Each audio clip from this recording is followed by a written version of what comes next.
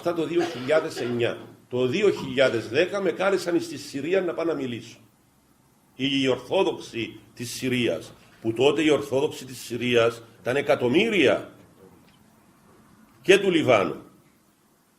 Αλλά η νέα τάξη πραγμάτων και η νέα εποχή, και θα ονομάσω ποιον, των ανθρώπων του μυστικού χρήματος, που έκαναν πρώτα έναν πόλεμο ηθικής και έγειρεν ο νους, όπως έλεγε η Μακαρίτης Σαϊμάνα μου, των νέων ανθρώπων και των οικογενειών, και διέλυσαν αυτόν το τρίπτυχο που είπετε εσείς προηγουμένως, της πατρίδας, της αγάπης στην πατρίδα, το να αγωνίζεσαι για την πατρίδα σου, χωρίς αυτός ο πατριωτισμός να γίνεται εθνικισμός.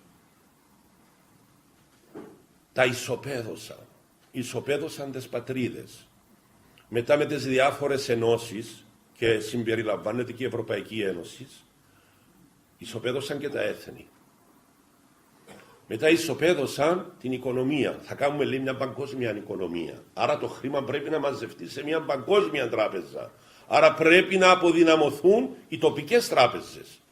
Και έτσι χάθηκε η λαϊκή, έτσι χάθηκε η ελληνική, με δικά μας λάθη, με δικά μας προβλήματα οπωσδήποτε. Αλλά το σχέδιο ήταν και είναι αυτόν. Να μην έχουν τα έθνη και τα κράτη δικών τους χρήμα, δικών τους τραπεζικό σύστημα. Να μην έχουν πατριωτισμό, να μην έχουν θρησκείαν οι λαοί. Γιατί ο στόχος της νέας τάξης πραγμάτων είναι να δημιουργηθεί μια νέα ανήθικη ηθική, όπου όλες οι αμαρτωλές επιθυμίες να νομιμοποιούνται μέσα από τη Βουλή, με τα διάφορα νομοσχέδια που ψηφίζονται, με τα διάφορα προγράμματα των ποικίλων Υπουργείων Παιδείας, και είτε η κυβέρνηση είναι δεξιά, είτε είναι κεντρώα, είτε είναι αριστερή, και στην Κύπρο ζήσαμε όλες τις φάσεις και των τριών ειδών κυβερνήσεων. Λοιπόν, εκεί που συμφωνούν όλοι είναι στην οικονομία, στην ηθική, στη διαφθορά και στα προγράμματα του Υπουργείου Παιδείας. Και κάτι άλλο που δεν έδωκαμε σημασία, και στα προγράμματα του Υπουργείου Γεωργίας. Να μην έχουμε δική μας γεωργία, να έχουμε εξάρτηση ακόμα και στα μήλα και στα κεράσια από τις εξαγωγές. Εισαγωγές, με συγχωρείτε. Από τις εισαγωγές. Οπότε όλα αυτά τι συμβαίνει? Συμβαίνει ότι θέλουν να δημιουργήσουν έναν καινούριον τύπο ανθρώπου, που να μην έχει ηθικές αντιστάσεις, να μην έχει θρησκευτικές αναζητήσεις, να μην αναζητά την αγιότητα, αλλά τη διαφθορά και την ικανοποίηση των επιθυμιών του μέσα από νομοσχέδια, και σιγά σιγά να οδηγήσουν σε μια παγκόσμια οικονομία και μια παγκόσμια θρησκεία. Όλα αυτά για να μπορέσουν σε κάποια στιγμή να φέρουν έναν παγκόσμιο κυβερνήτη, ο οποίος βεβαίως πρέπει να είναι αντίχριστος αυτός. Αυτός είναι ο κόσμος του μυστικού χρήματος. Και όσες χώρες αντισταθούν θα τις πολεμήσουμε ή θα τις κουρέψουμε. Εμείς εκεί τα έχουμε γευτεί αυτά. Μου λέει ένας σύγχρονος Άγιος, εσείς οι Κύπροι πληρώσετε πολύ πρόστιμο από το 1974. Έτσι σε εσάς, μου λέει, θα έρθουν λίγα τώρα.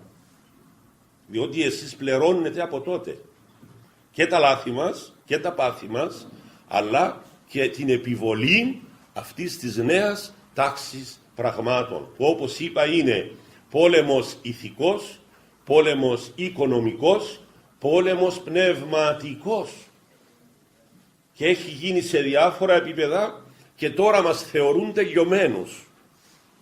Το ότι κάνουμε αυτήν τη συνάντηση τώρα, να το ξέρετε ότι θεωρείται εχθρική ενέργεια, και να είστε σε θέση να αναλάβετε τις ευθύνες σας. Έτσι. Και ότι εμείς μιλούμε για αυτήν την νέα τάξη πραγμάτων, με αυτήν την απαξίωση. Στη Συρία μου έκαμε εντύπωση όταν είπαν αυτός ο άνθρωπος του Θεού, ο σχετίστης Αντώνιος, το 10 με κάλεσαν να πάω να μιλήσω, όπως σας είπα. Και εκεί μου έδειξαν οι επίσκοποι και οι άνθρωποι των Ορθοδόξων Χριστιανών ότι όλη η Μέση Ανατολή κάθεται πάνω στα άχυρα. Μου είπε χαρακτηριστικά ένας Άραβας επίσκοπος, δεσπότη μου λέει, έναν σπίρτο χρειάζεται και αν ανάψει όλα αυτά που βλέπεις, Λίβανος, Συρία, Ιράκ, Τουρκία μου λέει, θα πάρουν όλα φωτιά. Ένα σπίρτο χρειάζεται μου λέει. Και ο Άσαντ μου λέει αντιστέκεται και προσπαθεί μου λέει από τη μια να κάνει φιλίες, τότε προσπαθούσε να κάνει φιλίες με τον Ερντογάν και από την άλλη μου λέει προσπαθεί να κάνει φιλίες με τους Πέρσες.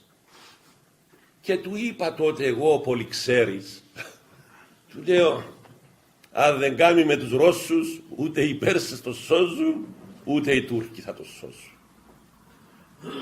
Τώρα έρχεται ο δεσπότης αυτός και με βλέπει από καιρού εις καιρό, από τη Συρία. Κάτι ήξερες μου λέει για να μου πεις έτσι. Τελικά ήρθε η Ρωσία. Του λέω τι ήξερα. Ήξερα από τον καιρό Παΐσιον, τον Άγιον Παΐσιον να λέμε, ότι σε κάποια στιγμή η Ρωσία θα κατεβεί στη Συρία. Και αυτή η στιγμή ήρθε πέρσι. Θυμάστε, έκαναμε αναγρυπνίαν εμείς στο ησυχαστήριο του πατρός Αμβροσίου 30 του Οκτώβρη για την Αγία Σκέπη. Και την προηγούμενη εκατέβηκε η Ρωσία και έστησε τα όπλα της στην βάση της Ταρτούς. Και έτσι ξεκίνησε η ρωσική παρουσία στην Μέση Ανατολή, όχι μόνο στη Συρία, στη Μέση Ανατολή. Τώρα έχει και στο Ιράκ. Σε λίγο ήδη οι Τούρκοι θα την παρακαλούν γονατιστή να έρθεις και σε εμάς. Θα πάει και στη Ρωσία και πάει και στην Τουρκία, αλλά με άλλον τρόπο.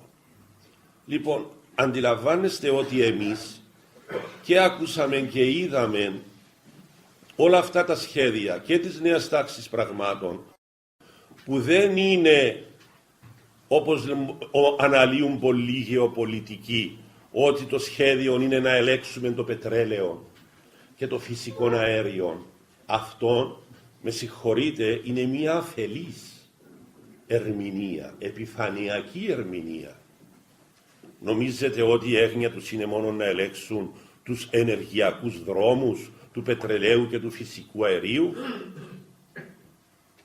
Η έγνοια τους είναι η προηγούμενη που είπαμε. Πώς να δημιουργήσουν τον καινούριον άνθρωπον που δεν θα έχει οικογένεια, που δεν θα έχει πατρίδα, που δεν θα έχει πίστη. Αυτή είναι η έγνοια τους. Και για να το αντιληφθούμε καλύτερα δεν έχουμε παρά να κοιτάξουμε τα παιδιά μας στο σπίτι και τα εγγόνια μας. Πόσο Θεόν έχουν, πόση ηθική έχουν, τι ιδανικά έχουν, πόση διάθεση έχουν, όχι να γίνουν σταυραετοί και να θυσιαστούν για μια πατρίδα, να θυσιαστούν για τη γυναίκα τους ή η γυναίκα να θυσιαστεί για τον άντρα της. Εδώ δεν καταφέρνουν να ζήσουν μαζί και αμέσως χωρίζουν. Λες και οι παλιές γυναίκες και οι παλιοί άντρες δεν είχαν προβλήματα μεταξύ τους. Άρα για να φτάσουμε να γίνει το διαζύγιον επιδημία, σημαίνει κάποιοι αποχρωμάτισαν τις υπομονές μας, την πίστη μας, το Χριστό μας και γίναμε, με συγχωρείτε, παύλα άχρηστοι. Χωρίς Χριστό δηλαδή. Χωρίς νόημα ζωής, χωρίς νόημα στον ερωτά μας, στην αγάπη μας, στο επάγγελμά μας. Εχάθηκε το μεράκι. Δεν υπάρχουν σήμερα καινούργοι γεωργοί στην Κύπρο. Εκτός από μεμονωμένες περιπτώσεις. Και σύντομα αυτά όλα που σας λέγω θα τα βρούμε μπροστά μας. Γιατί θα τα βρούμε μπροστά μας? Διότι τα μακρά γίνονται κοντά. Εάν αυτήν την ομιλία και αυτά που σας λέω τα περίεργα και τα παράδοξα και τα θαυμαστά την έκαναμε πριν 2-3 χρόνια, θα μας και πριν και πέρσι ακόμα, Θυμούμε που έκανα μια συνέντευξη στο Μέγα, στην Νατάσα Ιωάννου, οι προφητείες, οι ειδήσεις του μέλλοντός μας, έτσι ονομάσαμε τη συνέντευξη, και προεκλήθηκε, όπως ακούσατε προηγουμένως, πρόβλημα. Ακόμα και αρχιερείς μου είπαν, Άγιε Μόρφου, μια ζωή μελετάς, έφαγες 4 βιβλιοθήκες για να πιστεύεις στον γέρο Παΐσιο και στις προφητείες. Αυτό μου είπα. Και τους είπαμε, αυτοί οι άνθρωποι με γνώρισαν πριν τους γνωρίσω. Αυτοί οι άνθρωποι μου είπαν το μέλλον μου πριν εγώ αρχίσω να ασχολούμαι με το μέλλον μου.